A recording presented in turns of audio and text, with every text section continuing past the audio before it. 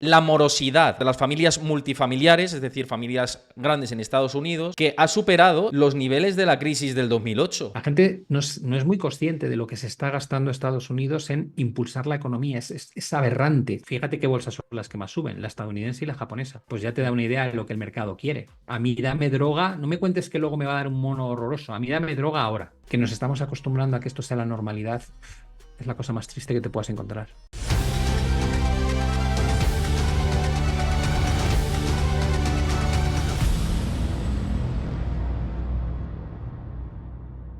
Antes de ver el vídeo al completo, recuerda darle a like, suscríbete a mi canal si te gusta este contenido y déjame tu comentario, que lo estoy esperando. Bueno, y por aquí con nosotros, como mensualmente y siempre agradecido, Pablo Gil. Ya has visto lo mucho que te quieren por aquí por el chat, diciendo, deseándote ser presidente incluso, así que un placer tenerte por aquí. Muchas gracias a Héctor y sobre todo muchas gracias a la audiencia.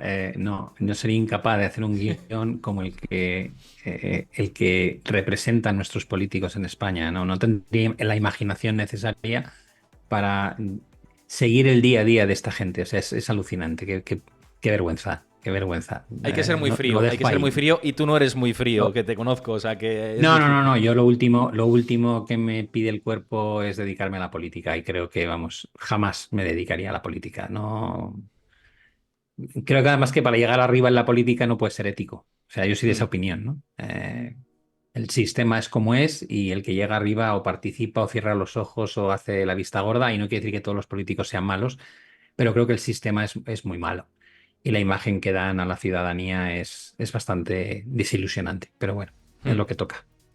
Sí, bueno, corramos un estúpido velo con esto. Efectivamente, Y efectivamente, es lo vamos mejor a, que puedes hacer. sí, y vamos a hablar de otros temas que a lo mejor a algunos pues tampoco les agrada, ¿no? Por nuestra valoración, pero que al final tenemos que expresar nuestra opinión y centrarnos en lo que valoramos, ¿no? En lo más inmediato, Sí. que es el tema de la inflación, porque se conocía el PCE, ¿no? Que es el medidor preferido de la Fed para ver la evolución de la inflación. Ha estado en línea con lo esperado en términos interanuales, pero sí que hay un foco en el que hay que seguir viendo mes a mes. No sé cómo lo ves tú, que es la parte de los servicios, ¿no? El PCE de servicios, que ha repuntado un 0,4%, y que esto puede dar pistas a que o es una cosa puntual, lo que ha sucedido en enero, también por el mal tiempo en Estados Unidos y todo esto que ha afectado también a ventas minoristas, etcétera, o si en febrero tenemos un mal dato, podemos empezar a preocuparnos. No sé si tú lo ves así o cómo has visto este dato que, bueno, se está celebrando por el mercado, pero que hay estas pequeñas lecturas que también yo creo que hay que hacer, ¿no? Bueno, yo creo que hay como dos cosas que tener en cuenta, ¿no? El problema de la inflación empezó en 2022, 2023, estamos en 2024, ¿no? Y los propios bancos centrales te decían, la inflación retornará en 2025 al 2%. Lo están clavando de momento, es decir, la inflación en tasa interanual se va moderando, pero a un ritmo mucho más lento de lo que esperaba la mayoría del mercado, y probablemente en 2025 o en torno a 2025 estemos hablando de que la inflación está al 2%. En el corto plazo, como bien indicas, y además es que hace esta alusión Powell en todas sus presentaciones, los costes derivados de la inflación de servicios y especialmente lo que llaman la core, ¿no? La inflación de servicios ex-shelter, que es quitando la parte de la vivienda, pues es donde más pendientes están, ¿no? Yo creo que, por un lado, miran mucho ese factor y miran también mucho el tema de la vivienda, ¿no? Porque si bien es cierto que durante muchos meses escuchábamos analistas que manipulan la información diciendo está cayendo el precio de la vivienda, digo, no, no, estamos como el tema de la inflación. No está cayendo el precio de la vivienda, está subiendo más lentamente y por tanto la tasa interanual en lugar de un 20% es mucho más baja. Pero no confundamos, que ya hemos hablado muchas veces de que si yo engordo 10 kilos, luego 5 y luego uno, no estoy adelgazando, me estoy poniendo gordo más despacio. Entonces, eh, de alguna manera, lo que sí puede ser preocupante es si esa evolución de la parte de la vivienda que se daba por hecho que iba a remitir y que con el efecto retardado iba a ayudar a controlar la inflación, si otra vez el precio de la vivienda empieza a subir como parece que está pasando, pues pesa muchísimo, pesa casi un 40, un 30 y tantos por ciento en el IPC y pesa un 20 y tantos por ciento en el PCE, ¿no? Con lo cual, pues dificulta mucho que puedas llegar a esos objetivos del 2% fácilmente. Yo la sensación que tengo es que la inflación va a seguir remitiendo lentamente, pero también tengo la sensación de que lo que dijo Powell de que tal vez haya 3 bajadas de tipos este año y no las 7 que en un momento dado, en un momento de calentón, cotizaba el mercado, luego cotizó 6, luego cotizó 5, luego 4 y ya parece que están más alineados con esas 3, pues probablemente sea lo que hagan, ¿no? Y entonces no hay ninguna necesidad de empezar a bajar tipos en marzo porque tampoco tienen problemas de crecimiento económico. Al final, si empiezan en verano, pues igual te hacen una bajada en el mes de junio o julio, te hacen otra en septiembre y te hacen otra en diciembre y cumplen con la expectativa prevista a medida que la inflación va llegando a esa cota más cercana al 2% y por una vez estarían muy acertados con sus pronósticos, porque la verdad es que los últimos 3 años han fallado como una escopeta de feria. Varias cosas con lo que has dicho que me parecen interesantes, sobre todo con esto último de las expectativas de tipos de interés. Llegaron a descontar incluso en algún momento de locura hasta 7, a mí me parecía un poco un disparate, lo decían en redes sociales, y sobre todo un disparate porque estaban en precio eso sin pensar en recesión económica, pensando en una desinflación idílica y como un escenario demasiado idílico. Y digo, ¿por qué la Fed iba a bajar 7 veces los tipos si no hay recesión o no hay algo más grave? Si los tipos le están funcionando altos, ¿no? Y por eso, y sobre todo por el tema de la presión salarial y la situación del mercado laboral que sigue bastante estable y que eso también es un factor que siempre mira la Reserva Federal, el control de precios y también la estabilidad del mercado laboral, ¿no? Y la situación en general en ese plano. Pero claro, con los tipos de interés parece que vamos a ese esquema, precisamente, no de más altos por más tiempo, mientras el otro día veía una tabla que siempre que los tipos habían subido a niveles muy altos, habían transcurrido X meses o bien para un soft landing o bien para un hard landing. Para los hard landing generalmente estaba entre 2 y 12 o 15 meses, me parece la vez que más, desde la tasa terminal hasta que se produjo la recesión económica. Y en los soft landings, pues al final ha habido como descensos paulatinos, pero no con subidas tan fuertes como hasta ahora. ¿Te cuadra a ti ahora, aunque hemos estado hablando de retóricas durante 2022 y 2023, de que esto parecía peor, pero ¿te cuadra un escenario de soft landing teniendo en cuenta las elecciones que hay, el chorro de dinero que está metiendo el Tesoro, la facilidad de repo inverso que bueno va a aguantar hasta marzo, parece, ventanas nuevas que se puede inventar la Fed? Todo esto pese a que a lo mejor lo que apuestan es por la devaluación de la moneda fiat, ¿no? Es decir, tiramos el dólar a la basura casi. ¿Puede ser esto? Bueno, lo veo muy complicado. Lo de tirar el dólar a la basura, tienes que tener algo que sea una alternativa al dólar y no lo hay, ¿no? No lo hay de forma clara. Dices, dentro de 10 años podría haber una moneda que maneje los BRICS, con el que negocien, teniendo en cuenta que tienen la mitad de la población mundial y que controlan el 30% del PIB global, podrían generar el pago de todas las transacciones comerciales entre los BRICS y la compra de petróleo, etcétera, en una moneda que no sea el dólar y por tanto que ese estatus de divisa refugio que tienen en el mercado lo perdiesen. Digo, bueno, a largo plazo me lo creo, por supuesto. Eh, es una posibilidad a corto, digo, ¿contra qué? ¿Contra qué moneda? ¿Contra un yuan? ¿Contra un yen intervenido? ¿Contra un euro? ¿Contra una libra? No lo veo. Creo que el dólar es el ciego en el mundo de los o sea, es el tuerto en el mundo de los ciegos, ¿no? No es la mejor opción porque pierde un montón de valor adquisitivo, pero es que lo otro pues parece todavía más endeble, ¿no? Eh, yo lo que sí estoy analizando, bueno, respecto al tema de que me dices de los tipos y el decalaje, yo la métrica que uso miro muchas cosas, ¿no? Pero si tuviese que concentrarme en una, y además lo he contado muchas veces, es la desinversión de la curva de tipos. Es cuando se desinvierte la curva de tipos, cuando probablemente estás a pocos meses de ver una recesión. Ni siquiera se ha desinvertido. Es decir, estamos en el periodo más largo de curva invertida que se recuerda, pero no se ha desinvertido. Por tanto, es un riesgo latente, pero que no, de alguna manera, es como cuando en análisis técnico decimos, hay una divergencia, y dices, ya, pero ¿ha cambiado la estructura de máximos y mínimos? No, y dices, pues solo tienes una alerta, ¿no? Una alerta muy fiable, pero que le falta un catalizador. Pues yo creo que la desinversión de la curva de tipos es ese catalizador que aún no tenemos. Pero yo, por ejemplo, he dedicado mucho tiempo, porque me gusta entender además el por qué las cosas no ocurren, ¿no? Me he pasado mucho tiempo estudiando estas últimas semanas um, cuando colisionan política fiscal y política monetaria, ¿quién gana, no? ¿Y por qué lo digo? Pues porque si lo piensas, en el año 2017 Donald Trump anuncia la bajada de impuestos, mientras que la Fed está subiendo tipos, ¿no? Y ahí se produce un primer encontronazo. eh, y evidentemente ganó la política fiscal de calle. 2017 fue uno de los años más alcistas y direccionales sin correcciones que hemos visto en la historia de la bolsa americana. Hasta 2019, que se produce este choque en el mercado monetario donde los tipos se disparan hasta el 8% un día y entonces Powell directamente cambia y empieza a bajar tipos y luego hace QE4 comprando letras del Tesoro para inyectar liquidez. Estaban desalineadas política monetaria y política fiscal y estuvieron luego muy alineadas con la llegada de la pandemia porque lo que hicieron fue bajar tipos al cero, abrir líneas de liquidez, préstamos en condiciones muy ventajosas y mientras el gobierno enviaba talones a la ciudadanía y, por supuesto, rescataba empresas. Y a partir de 2022 comienza otra vez ese choque con una Fed que sube los tipos muy rápido, pero ahí tienes a Biden aprobando el CHIPS Act y otra serie de programas fiscales gigantescos. La gente no es muy consciente de lo que se está gastando Estados Unidos en impulsar la economía. Es aberrante, teniendo en cuenta que crecen al 3 y pico por ciento. Están con déficits. Déficit es la diferencia entre lo que ingresan y lo que gastan en el año, ¿no? Están por encima del 5% de déficit. Que eso pase en un año de crisis donde tienes que echar el resto para ayudar a que no colapse la economía, tiene mucho sentido. Pero cuando ya atraviesas un año y pico de crecimientos por encima de la media, que sigas con el grifo a tope abierto de estímulo fiscal, como están haciendo, con una deuda que ronda el 130% sobre el PIB, esto no es que sea anómalo, es que es inaudito. Y es una lección, yo creo, que los demócratas han aprendido de los republicanos, ¿no? Cuando Donald Trump bajó los impuestos en 2017, que no hacía falta para nada, a mí me hace mucha gracia cuando la gente te dice, bueno, ya, pero no, se pagó con lo que creció. Digo, sí, por eso has visto que se ha reducido la deuda, ¿no? Te digo, o sea, la deuda no ha dejado de crecer, por tanto, no me cuentes historias de que la idea de Trump funcionó porque no funcionó.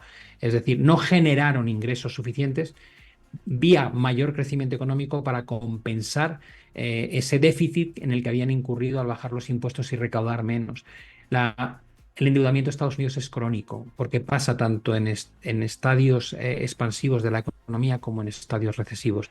Y a día de hoy lo que estamos viendo, yo la verdad es que no lo he analizado correctamente, las cosas como son, me tenía que haber dado cuenta de esto antes, ¿no? Decir, bueno, eh, por mucho que la Fed esté siendo agresiva como pocas veces en subir tasas de interés, mientras tengas a este otro con el grifo abierto, inundando de dinero el sistema, va a ser muy difícil que la economía se resienta, ¿no?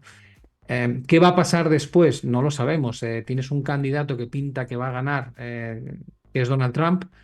Lo último que hizo fue bajar impuestos. Es un tío muy polémico en todos los planos, ¿no? En la relación con China se habla de que podría abrir nuevas sanciones, lo cual sería inflacionista.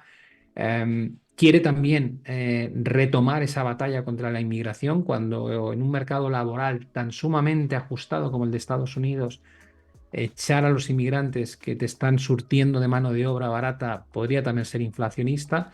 Y luego de hacer algo, lo que le gustaría es bajar aún más los impuestos, no subirlos, ¿no? Con lo cual dices, bueno, va a ser una mezcolanza bastante curiosa. Entonces, para mí ahora mismo, mientras la política fiscal siga siendo tan sumamente laxa, tan sumamente expansiva, pues está sirviendo para compensar todo el lastre que está cargando Powell desde el lado de restricción monetaria, ¿no? Pero no hay que olvidar también que por un lado parece que restringe mucho y por otro lado, pues ya lo hemos visto, abrir ventanas de liquidez a los bancos cuando hay una crisis entre tres, cuatro bancos que quiebran. Es decir, que tampoco deja de mirar en ningún momento la estabilidad del mercado financiero Powell, ¿no? Y le da mucho peso y como vea que eso se tuerce, aparca la política restrictiva y hace lo que haga falta para estabilizar los mercados. Esa es una prioridad que la descubrió Bernanke en 2013 y la cuida desde entonces muchísimo.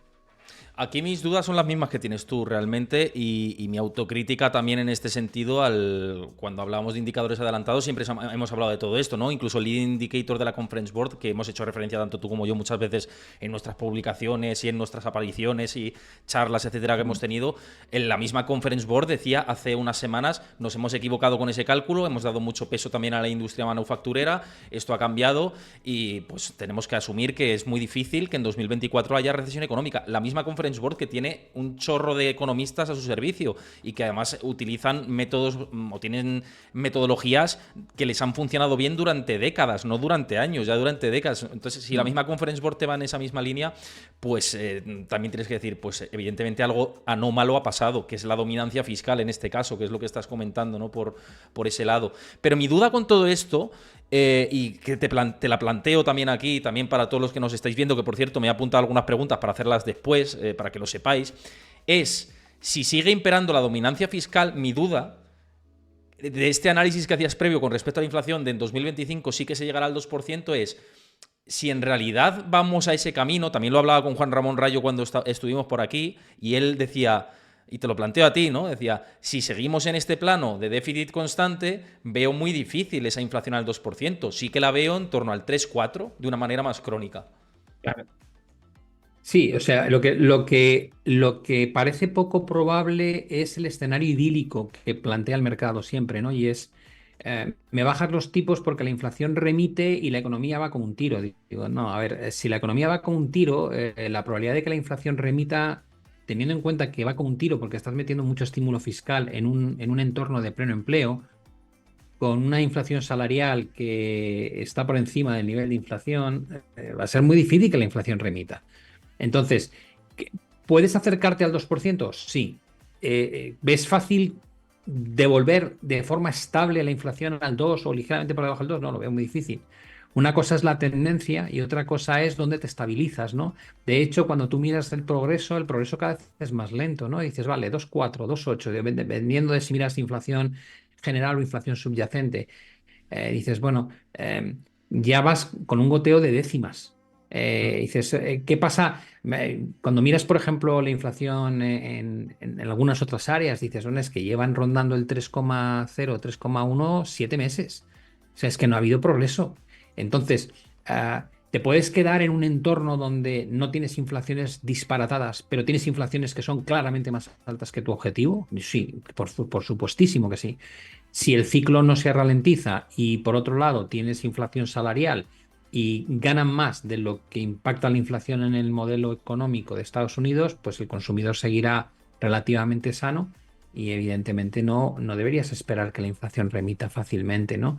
De ahí a lo que mucha gente plantea de estamos como en los 70 y después de esta reducción de la inflación va a haber un repunte enorme, ¿no? Digo, bueno, un repunte enorme, necesitas algún catalizador. Dentro de un ciclo expansivo necesitas algo más. Normalmente ese repunte enorme viene por el coste de la energía. Y dices, vale, ¿en qué escenario ves tú que el petróleo puede irse por encima de 100? Digo, pues básicamente en un conflicto bélico, ¿no? Si no, me parece muy difícil. ¿Por qué? Pues porque la economía japonesa no es que vaya especialmente bien. Mirad los últimos datos del cuarto trimestre del año pasado, prácticamente otra vez en recesión. Te miras Europa y no crecemos nada desde hace 5 trimestres. Reino Unido está hecho también unos zorros. Al final, la gente preocupada por la falta de crecimiento en lo que es el estándar habitual al que nos tenía acostumbrados China, te queda el pulmón de Estados Unidos. Y dice, pero no hay crecimiento global tan sano. Con lo cual, difícilmente vas a ver un repunte de la energía enorme simplemente por fuerza de la demanda, ¿no? Tiene que haber alguna crisis en el mercado que afecte al posible corte de la oferta que provoque un repunte muy fuerte de los precios. El gas natural está a precios pre-COVID, con lo cual dices, bueno, que se estabilice entre el 2 y el 3. Yo más que el 3 y el 4, entre el 2 y el 3, o entre el 2,5 y 3,5, digo, sí, me lo creo. ¿Qué crees que pasaría en ese entorno? Digo, sinceramente, creo que los bancos centrales, si dentro de un año todavía tienen la inflación al 2,5, 2,8, 2,9, te van a decir que estamos en un nuevo entorno de mercado, que hay menos globalización, que hay que entender que bla, bla, bla, bla, bla, bla, y que el objetivo nuevo es 2,5, 3. Y se quedan tan panchos. Porque ya lo han hecho antes, Sí. porque utilizaban un modelo en 1980 que ahora mismo estaría arrojando cifras más cercanas al 10%, al menos del 6-7% de inflación en lugar de las actuales, y eso lo cambiaron porque en los 90 incluyeron el ajuste dónico diciendo que lo que implica en un bien mejora de calidad, eso hay que restarlo. Es decir, tú tienes un coche que no tiene airbags, no tiene ABS, no tiene radio, eh, no tiene sensores de aparcamiento, y entonces dices, ya, pero es que el coche antes costaba 5.000 y ahora vale 35.000. Bueno, pues el ajuste dónico te dice, no, 20.000 de ese incremento no lo computes. Dices, ¿cómo no lo computes? Que yo lo tengo que pagar de mi bolsillo cuando me voy a comprar el nuevo coche. Y te dicen, no, pero eso es porque, mira, el de antes no tenía dirección asistida, ni ABS, ni. Digo, ¿estás quedando conmigo? Y dice, no, claro, es que esa mejora de calidad ahora tienes que computar. Con lo cual le restan el efecto inflacionista a esa mejora, se la restan. Y dices, hombre, perdóname, todos los bienes tienden a mejorar. Con lo cual se inventaron una fórmula para que la subida del precio realmente no impactase en el cómputo de la inflación como debería, porque tú al final lo pagas, me da igual que compres un producto que es mejor. Lo que ellos llaman el sistema de sustitución, cuando una cosa sube mucho de precio, la sacan de la cesta y meten otra más barata. Y digo, ya, bueno, pero es que si a mí me gusta el solomillo y si yo tengo posibilidades de comprar solomillo, aunque esté disparatado el precio, lo sigo comprando. Y de no, no, pues te compras pollo. Digo, no, es que no quiero comprar pollo, quiero comprar solomillo. Entonces me estás manipulando mi cesta a la compra y cambiándolo por un producto más barato. Todas esas artimañas lo que han permitido es que la inflación en los últimos 40 años o 50 años sea 5 o 6 puntos por debajo de lo que realmente habría sido con los modelos que utilizaban antes. Eso aplica a lo que vendrá después, claro. Después te dirán, oye, no, mira, pues es que ahora cambia el entorno. Ya nos lo han hecho. La inflación no puede subir del 2%. El objetivo es que no suba del 2%. Y cuando llegamos al 2% te dicen, no, que la inflación no supere el 2% a largo plazo. Digo, ¿cómo? O sea, te has pasado 10 años con tipos reales negativos, con tipos nominales en Europa negativos, con 18 billones de bonos en tasas negativas, por la sencilla razón de que, según tú, la inflación del 1,4 era demasiado baja y había que llevarla a 1,8, 1,9. De hecho, decían close to 2%, era cercano al 2%, pero sin superarlo.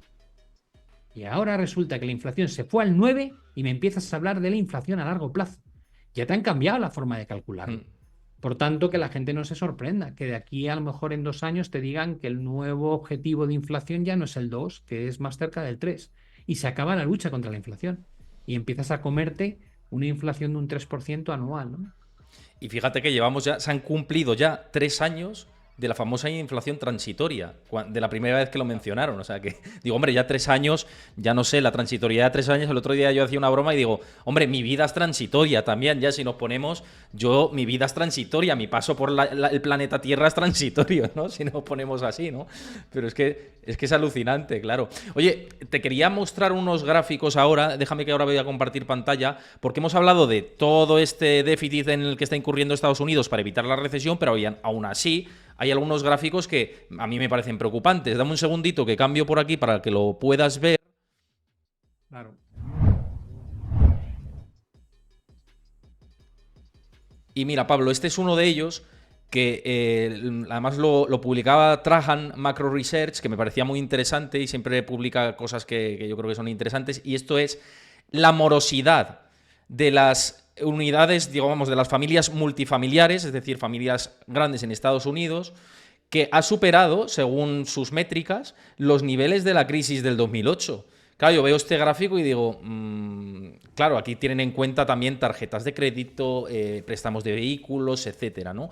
Este uno, ¿no? Que yo digo, pues hombre, preocupante me parece, ¿no? Que hayamos superado esos niveles de morosidad con respecto al 2008. Y luego este otro, bueno, este luego este luego lo vemos, pero este, a ver si me deja esto señalar. Y luego este otro, a ver cuál era.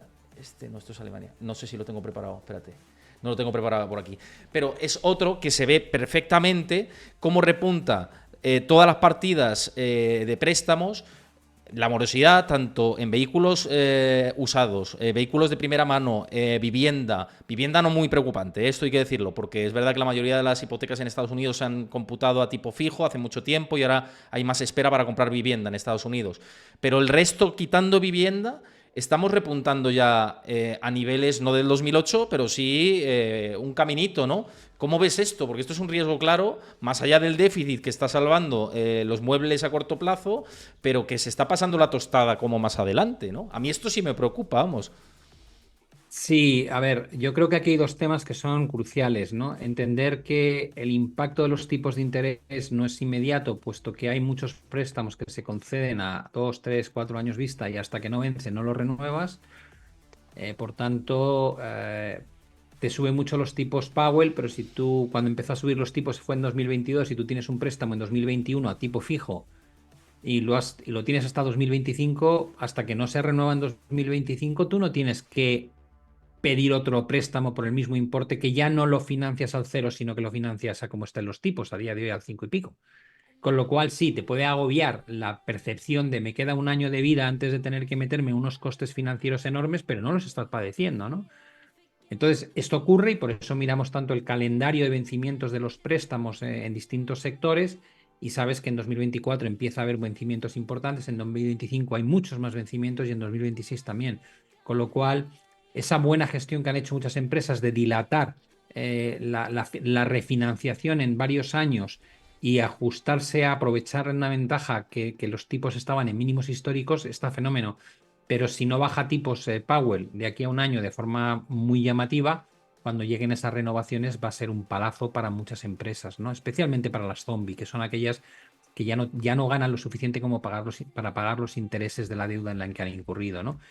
Eh, Hemos visto récord en el coste de financiación de tarjetas de crédito, hemos visto cómo ha subido mucho el de los autos, hemos visto cómo a pesar del esfuerzo de Biden de intentar exonerar a todos los estudiantes de las universidades de pagar las cuotas de las matrículas, finalmente solamente lo ha podido aplicar a un colectivo pequeño porque no salió adelante la aprobación y muchos estudiantes de repente tienen que empezar a pagar pues unas matrículas que en el caso de Estados Unidos son bastante cuantiosas.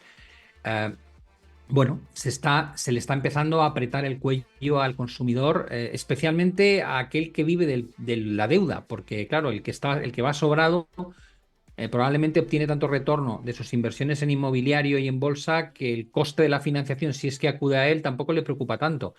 Es el que pide el préstamo para sobrevivir o para poder tener un coche o tener una universidad, etcétera, el que cada vez se siente más angustiado, ¿no? Y yo creo que el pilar que está permitiendo aguantar al máximo es que tienen una tasa de desempleo tan baja que es pleno empleo, es decir, que ahora mismo hay 1,8 ofertas de empleo por cada tío que quiere demandar trabajo, ¿no? Con lo cual, al menos sabes que tienes una renta que te va a entrar todos los meses y que te permite aguantar un poquito más, pero sí, es evidente que estas métricas que estáis mostrando, ese tipo de, digamos, de endeudamiento, de cómo se va consumiendo la tasa de ahorro, de cómo aquellos que están mal están realmente mal, ¿no?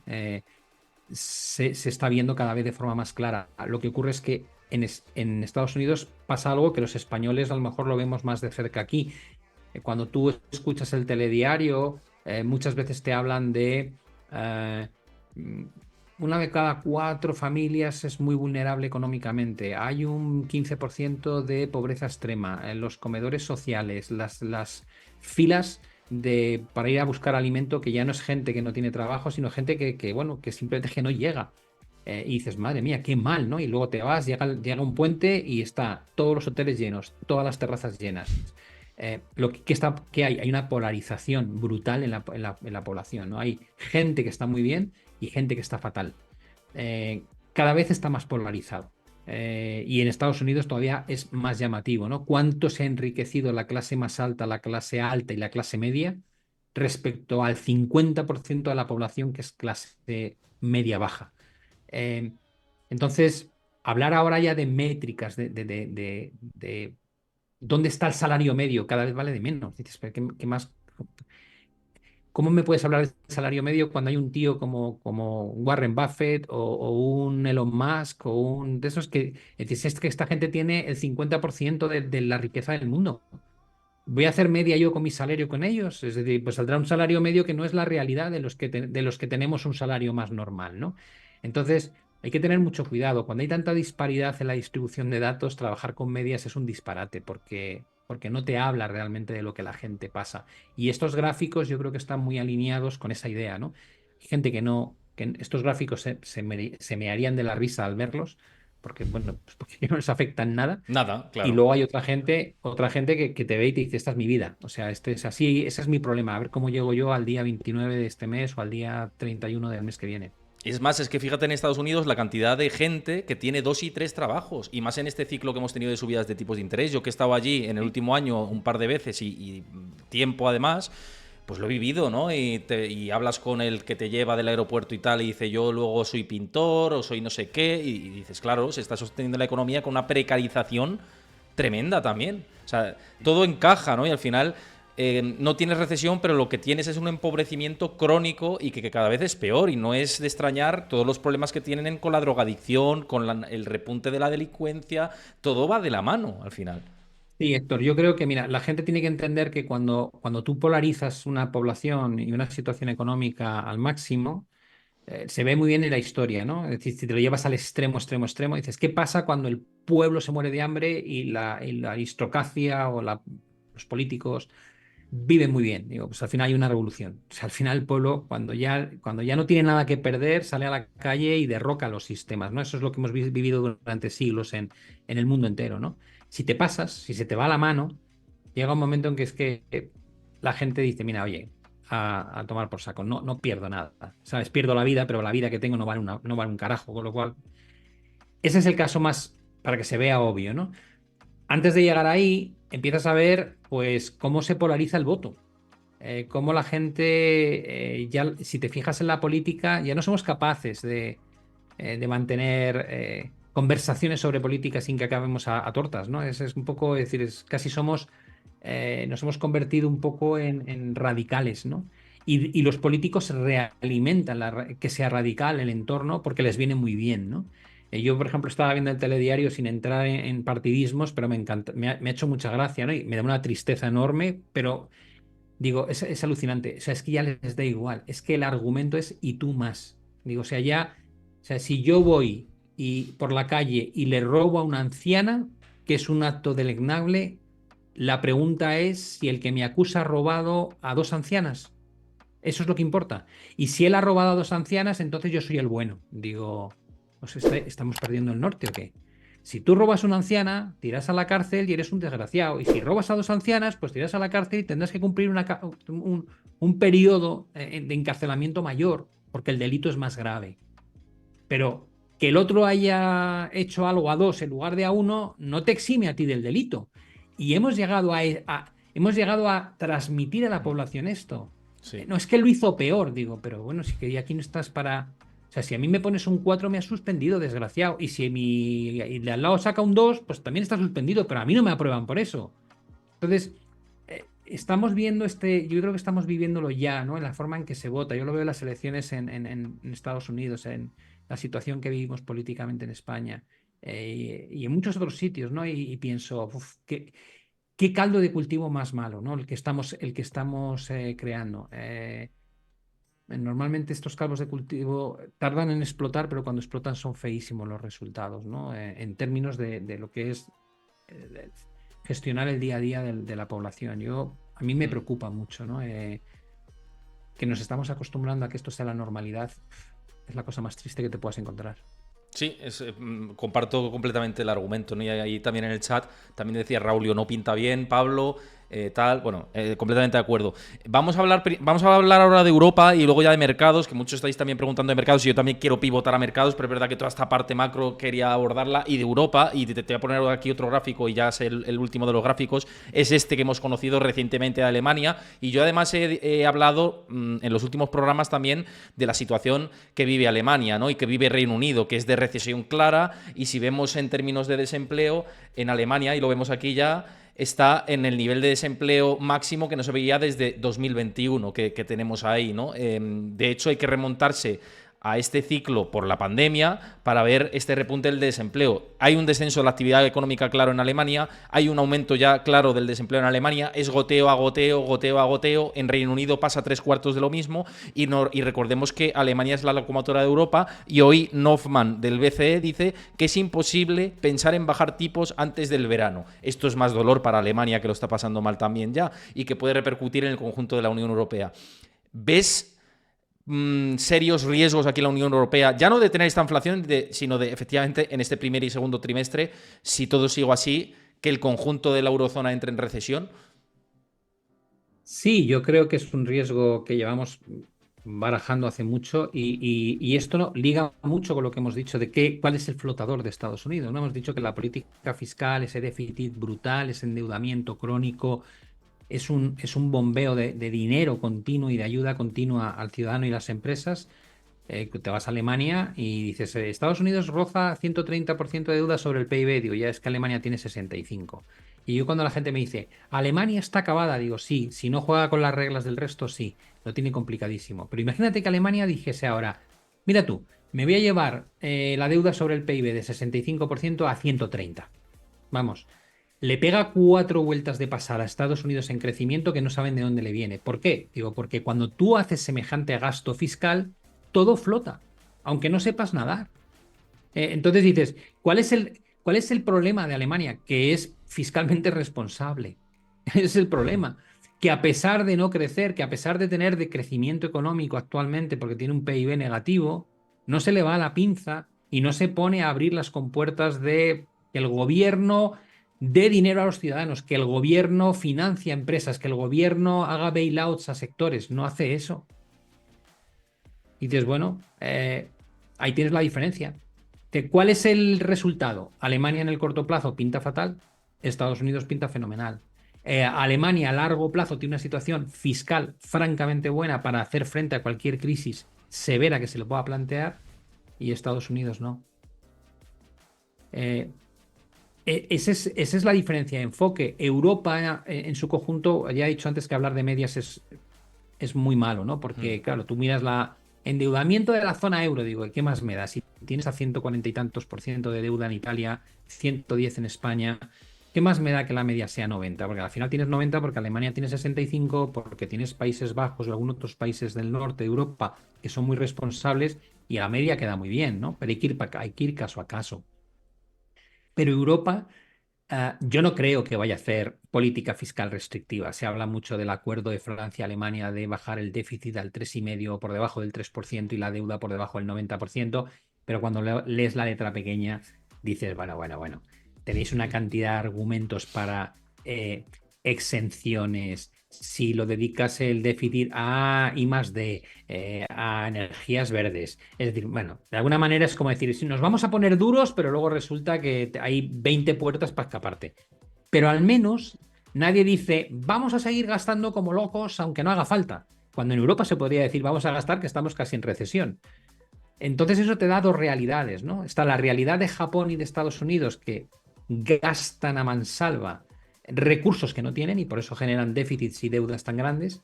Y casos como Europa y China, porque China cuando se produce la pandemia no reacciona ni de coña como Europa y como Estados Unidos, por eso no ha tenido problemas de inflación. Ahora es porque dicen que hay menos crecimiento económico, pero es que no ha tenido problemas de inflación ni en 2020, ni en 2021, ni en 2022. ¿Por qué? Pues porque no abrió las compuertas de la liquidez ni perdió la cabeza.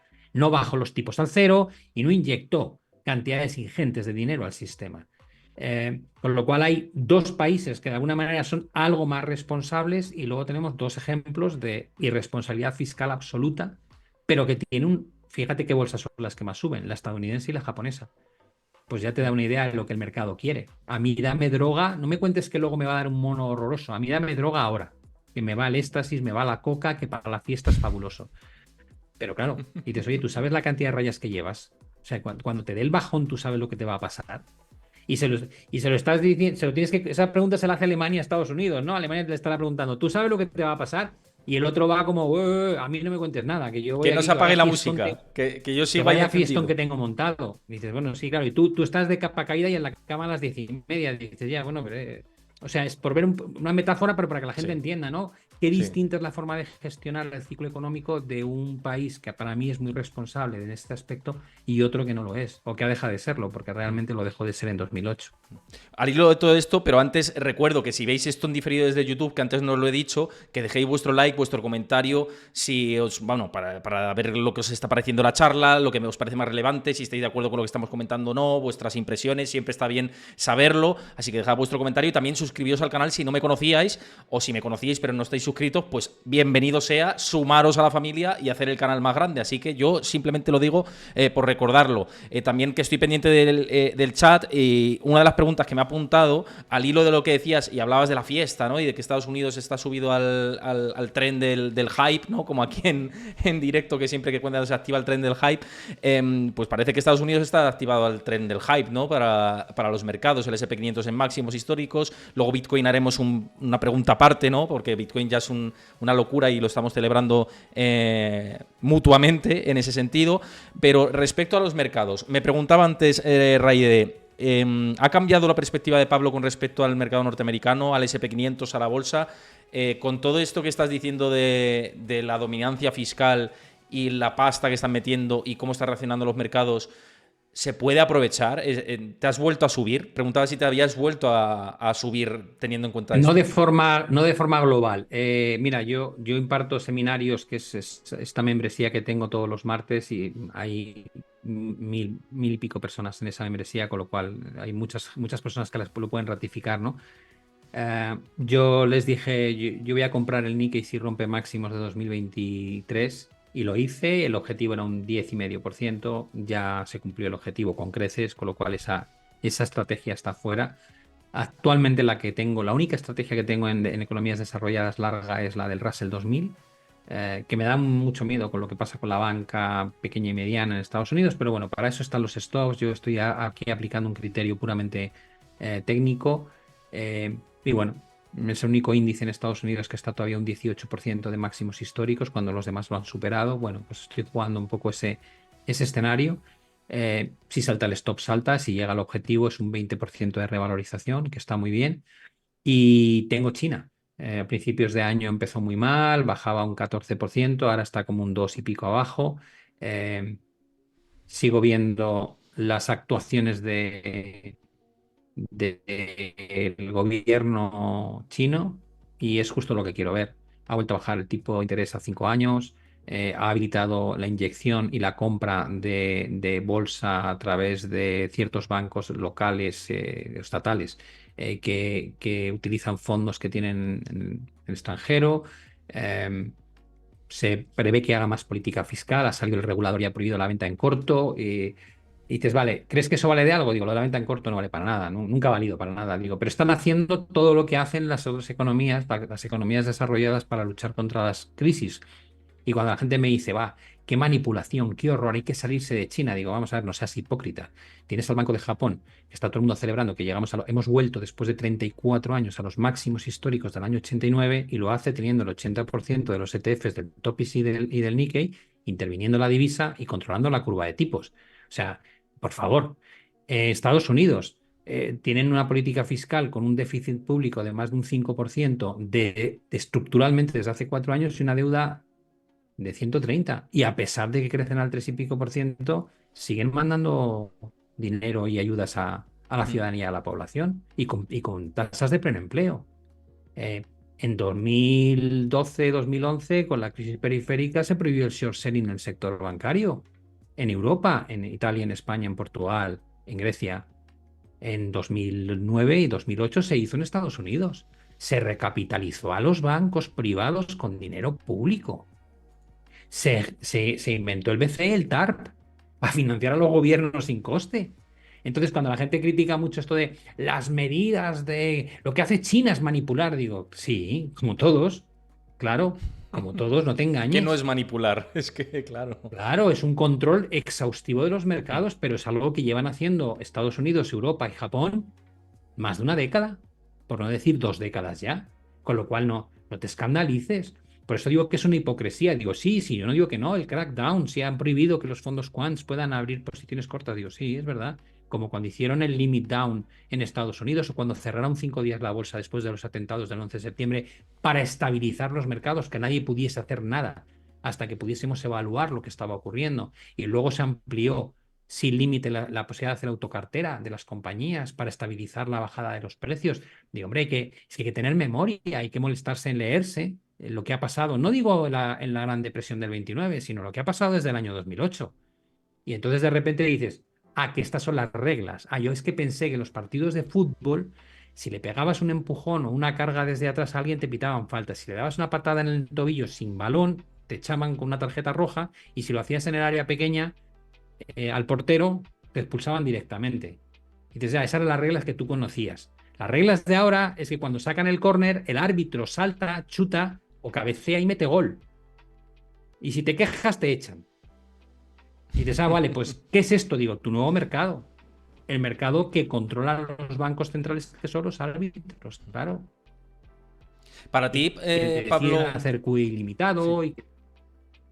Perdón, es que se ha cortado un poquito el y por eso pensé que habías justo cortado ahí la argumentación, pero te iba a preguntar que con todo esto que estabas comentando y viendo la tendencia de los mercados y demás, ¿Para ti se está inflando de manera artificial el mercado? ¿Hay componente burbuja, que es algo que se está hablando por parte de los analistas de Estados Unidos, o no? Es un debate que hay abierto. Entonces, en tu opinión, llevas mucho en esto, ¿no? Tienes una experiencia dilatada.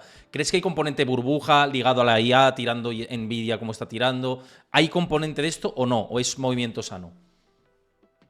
Yo creo que hay mucho exceso. Lo que pasa es que no es una... Ya te he dicho que al estar tan polarizado el mercado, hablar de medias, habrá valores en Estados Unidos, en el SP 500, que no estarán caros, seguro, Hmm. mientras que otros están carísimos.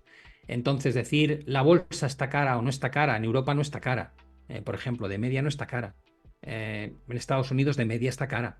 Pero está cara porque tienes algunos componentes que están carísimos. Y dices, vale, ¿es justificable que Nvidia cotice como cotiza 31 veces ventas? Digo, pues, si se cumplen los pronósticos, digo, pero es que casi nunca se cumplen, porque en el largo plazo te surgen competidores, ¿no? Que te van comiendo parte del mercado, porque hay mucha gente que está ahora invirtiendo cantidades ingentes en generar sus propios chips para IA.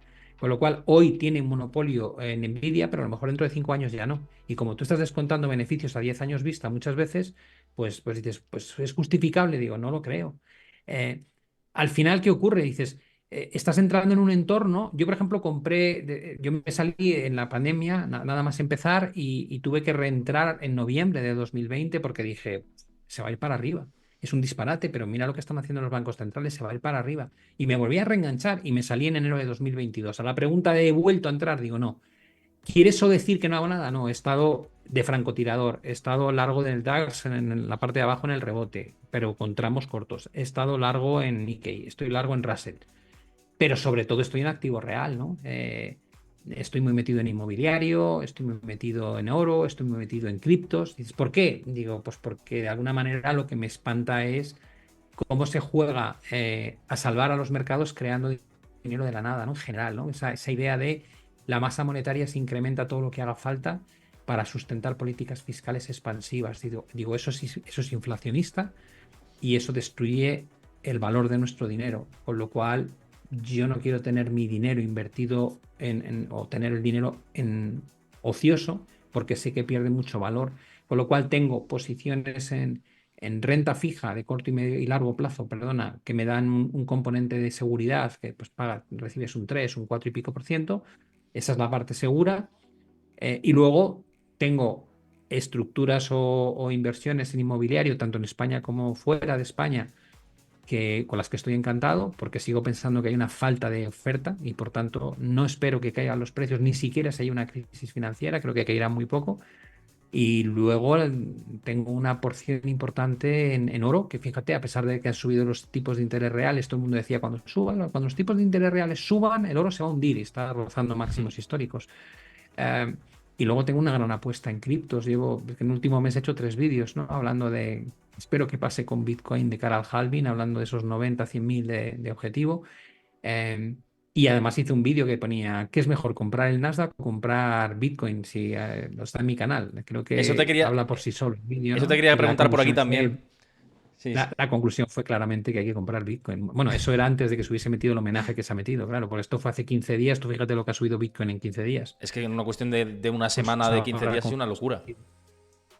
Sí, es sí. una No, te pasada. quería decir eso porque están entrando preguntas por el chat con respecto a Bitcoin, porque se aproxima a máximos históricos y mucha gente también pregunta, ¿hay que comprar Bitcoin? ¿Qué haces tal? Yo digo, mira, yo entré, además yo digo, comparto lo que yo hice y no me hagáis ni caso porque yo al final tengo mis posiciones y me puedo equivocar. Yo tengo mis teorías de inversión y yo manejo mucha información, pero me puedo equivocar. Entonces yo comparto lo que hago, no hago ninguna recomendación de inversión. Ni tampoco Pablo, ojo. Esto también de cara a la gente que piense que Pablo hace recomendaciones de inversión. Pablo No, comparte para lo nada. que él Yo ve. comento lo que me gusta y lo que no, y nada más. No doy precios, ni doy niveles, ni doy Efectivamente, stops.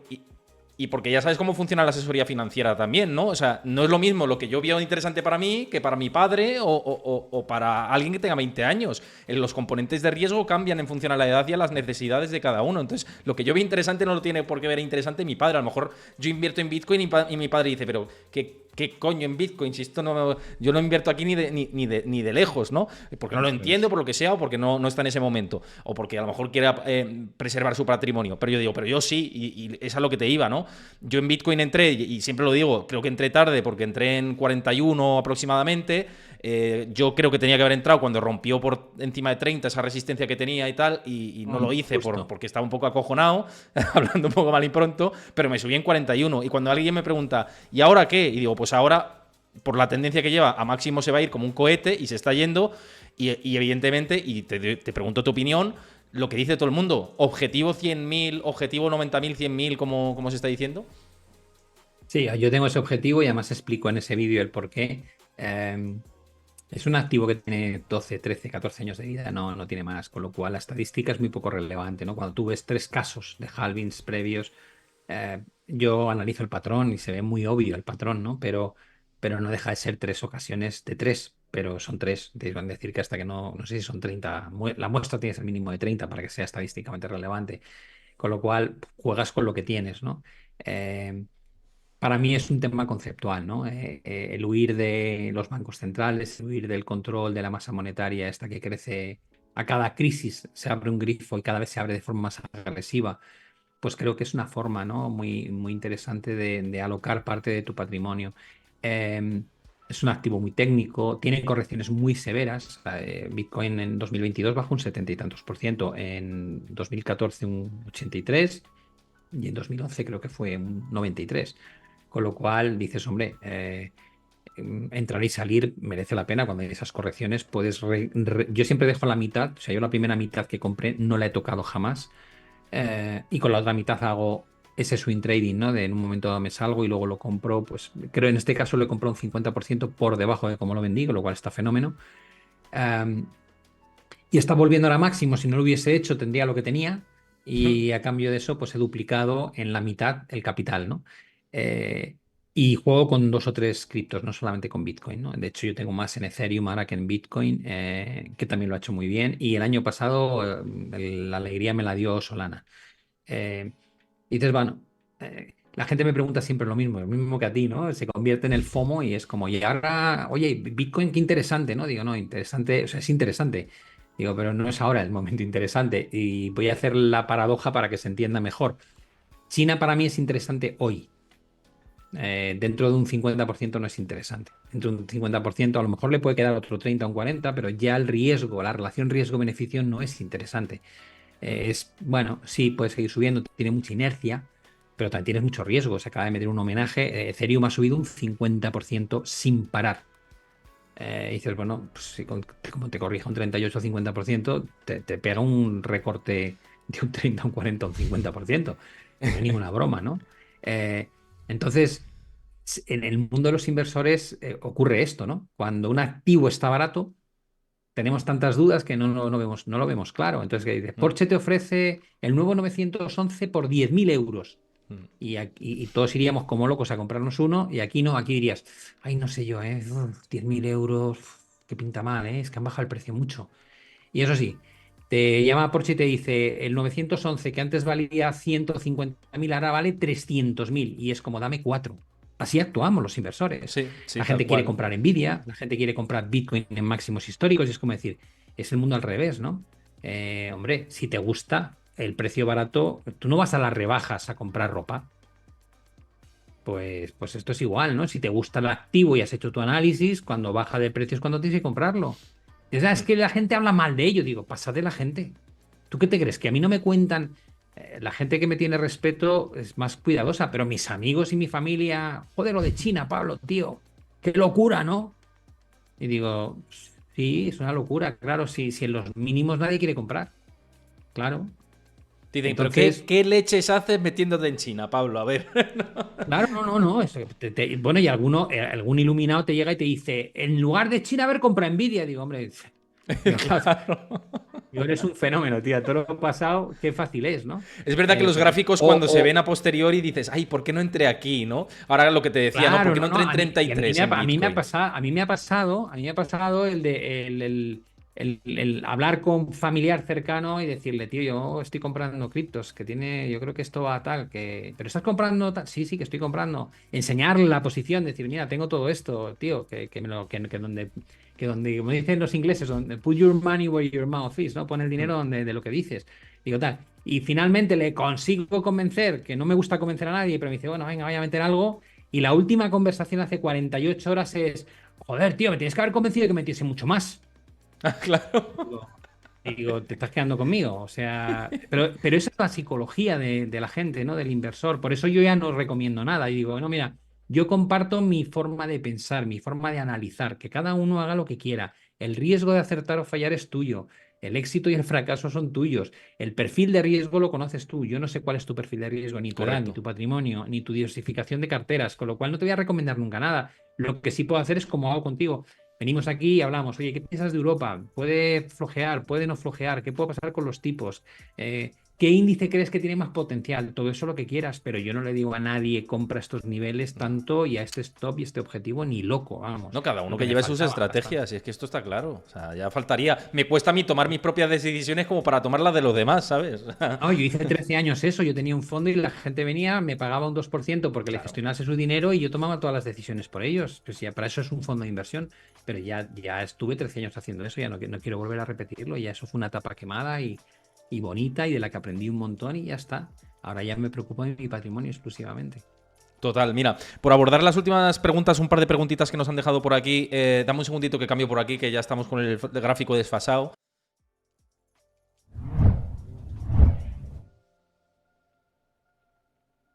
Y me preguntaba antes, no sé si. Ah, sí, Ancho, y también creo que lo ha preguntado Honrai.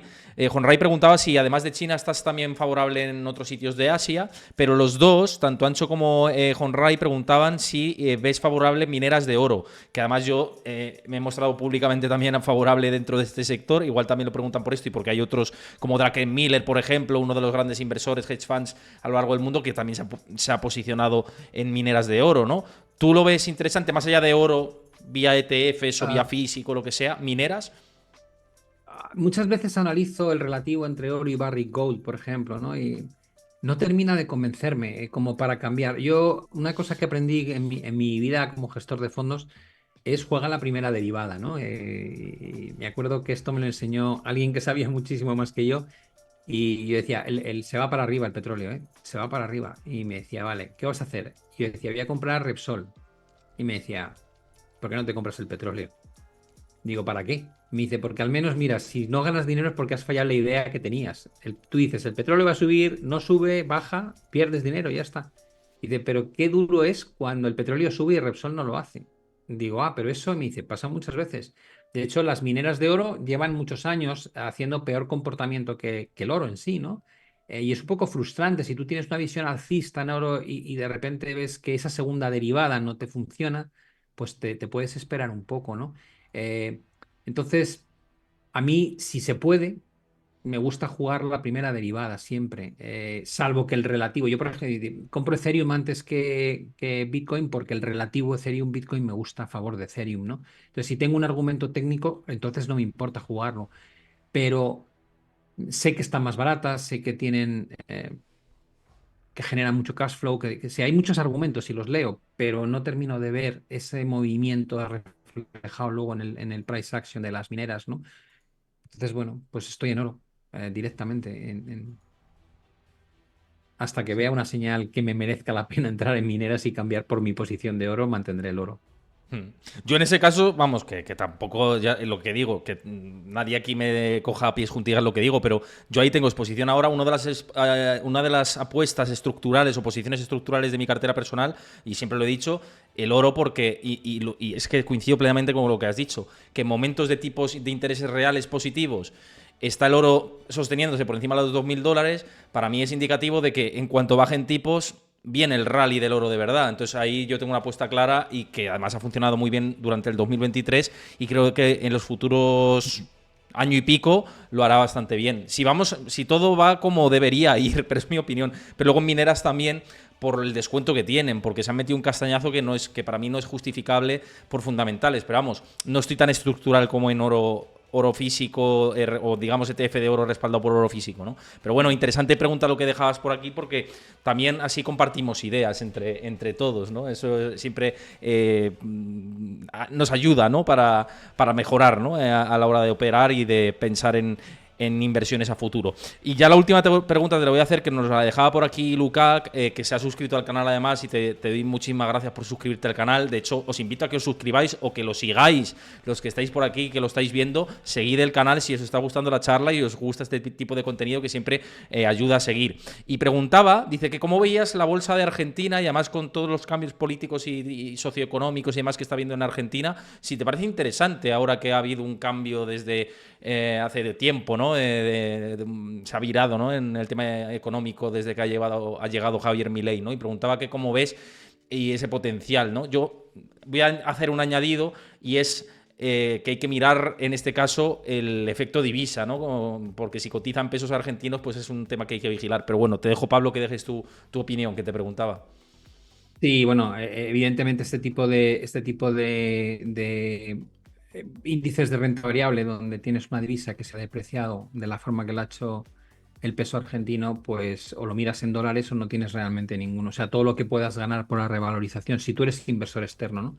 Por la revalorización que tiene la bolsa, lo pierdes porque al final estás ganando en pesos argentinos que se está devaluando sistemáticamente contra el dólar, contra el euro, etcétera. Con lo cual tienes que verlo en una divisa estable, no en una divisa local. Y entonces, claro, ese movimiento tan alcista se diluye y muchas veces descubres que no hay ni siquiera ese movimiento alcista. Yo sigo la aventura de Argentina de lejos. Cuando digo de lejos, intento ver qué es lo que propone Milei, qué es lo que le permiten realmente implementar. Eh, Creo que el fruto o no fruto positivo de lo que está haciendo va a tardar en verse. Eh, y Argentina para mí es un país al que le tengo muchísimo cariño, pero donde no me siento cómodo invirtiendo, ¿no? Pero porque creo que lleva tantos años con inestabilidad política que de alguna manera me hace ser muy prudente, ¿no? Yo en este tipo de momento en mi vida, ¿no? Ya no voy buscando grandes retos económicos. Dices, bueno, tengo mi composición, tengo mi parte conservadora, mi parte spicy, como pueden ser las criptos, o luego tengo estas ideas de swing trading en bolsa, que entro y salgo y tal. Em, lo he pensado en India muchas veces, por ejemplo, también, ¿no? En la posibilidad de diversificar y tal. Pero al final, cuando llego a eso, llega un punto en que digo, mira, déjate. Si lo que quieres es tener exposición a mercados emergentes, por lo que hablábamos antes, porque crees que ese endeudamiento crónico de Estados Unidos acabará penalizando al dólar y hay mucha deuda externa domiciliada en dólares y tienen una pirámide de población muy buena los emergentes, pues cómprate un índice emergente, cómprate un MSCI emergentes, por decirlo de alguna manera. Em, Cada vez huyo más de ideas muy concretas en términos de acciones, en términos de un sector concreto, en términos de un país concreto. Con lo cual, tengo una visión muy global y digo, no, quiero estar expuesto a la renta variable y a partir de ahí decido en qué bloque de renta variable. Y si no lo tengo claro, me meto en un MSCI mundial, que ya sé que no es para nada algo diversificado, está concentradísimo en Estados Unidos y en las siete magníficas. Um, si entro en deuda, no me meto mucho en este bono corporativo que ha emitido esta compañía. No, normalmente es, bueno, pues voy buscando un 3, un 4, un 4 y pico por ciento de rentabilidad en bonos de máxima calidad en países que nunca han tenido un problema de default. Eh, si me meto en criptos, no hago cosas raras de esta cripto que ha salido hace poco y que el gráfico tiene 15 días. No, me meto en las criptos, en las dos que más capitalizan, que más seguridad me dan. Es decir, soy un tío con un perfil bastante conservador. Cuando compro inmobiliario, el patrimonio principal inmobiliario lo tengo en mi país donde controlo la oferta, la demanda, lo que se está pasando. Y si invierto, como he hecho en Filipinas, pues invierto en una cantidad pequeña. Entonces, bueno, tengo un perfil conservador, ¿no? Entonces dices, ¿invertirías en Argentina? Digo, yo no. ¿Sigues el...? Sí, lo sigo, pero no tengo una opinión fuerte, no me atrevo a recomendar o a decir, creo que va a pasar esto, no lo sé, sinceramente. No tengo ese conocimiento. Pues yo creo que con esto cerramos, ¿no? Gente, muchísimas gracias por todas vuestras preguntas. Perdonad a las que no he respondido, no hemos podido abordar, porque había muchos temas que tocar y de hecho me he dejado temas aquí apuntados que al final no hemos tocado. Pero bueno, como Pablo viene por aquí también todos los meses, pues seguro que hay algunos que se siguen tocando, seguro que sí. Bueno, que un placer, como siempre. Os recuerdo que os he hablado de Discord y demás, que ahí tenéis mi comunidad privada y que os unáis, pero, y no lo he dicho a lo largo del directo, que os unáis a mi newsletter personal, que la actualizo todos los viernes, doy mi visión más particular de la economía, de cómo evoluciona, contacto con fuentes de Wall Street, os lo pongo por ahí y tal, hago un post ahí dedicado con gráficos y todo dedicado, así que suscribís a la newsletter que con vuestro correo electrónico os llega ahí todos los viernes, y también hago recordatorios un par de días y tal para los programas así más especiales que tenemos aquí en directo en Twitch. Por cierto, también seguid a Pablo en todas sus redes y su newsletter también, que es fantástica. Aquí entre newsletters nos entendemos, entre escritores nos entendemos, así que seguidle a Pablo también, los que no lo hagáis, que merece la pena, por supuesto. Y un placer tenerte aquí, Pablo. Nada, Héctor, gracias como siempre por la invitación. Saludos a tu audiencia y nada, perseverar, que Héctor da una información financiera actualizada muy buena, así que estáis en muy buenas manos. Muchas gracias por esto. Y lo dicho, mañana nos vemos 4 de la tarde, hora española. Vamos a estar con Diego Puertas por aquí. Mañana se publican ISMs de Estados Unidos y demás. Y bueno, vamos a ver cómo terminan los mercados y muchas cosas de actualidad. Así que mañana nos vemos 4 de la tarde, hora española. Los que me veis desde Latinoamérica, hacéis vuestra conversión horaria. Y aquí nos vemos. Para vosotros por la mañana, los que estéis en Latinoamérica, nosotros pues ya con el cafetito de la tarde, porque en España comemos muy tarde. Esto es así. Así que nada, un abrazo a todos. Nos vemos mañana y que tengáis buena tarde y buen día. Buena tarde también en el otro lado del charco. Chao, hasta mañana. Hasta luego.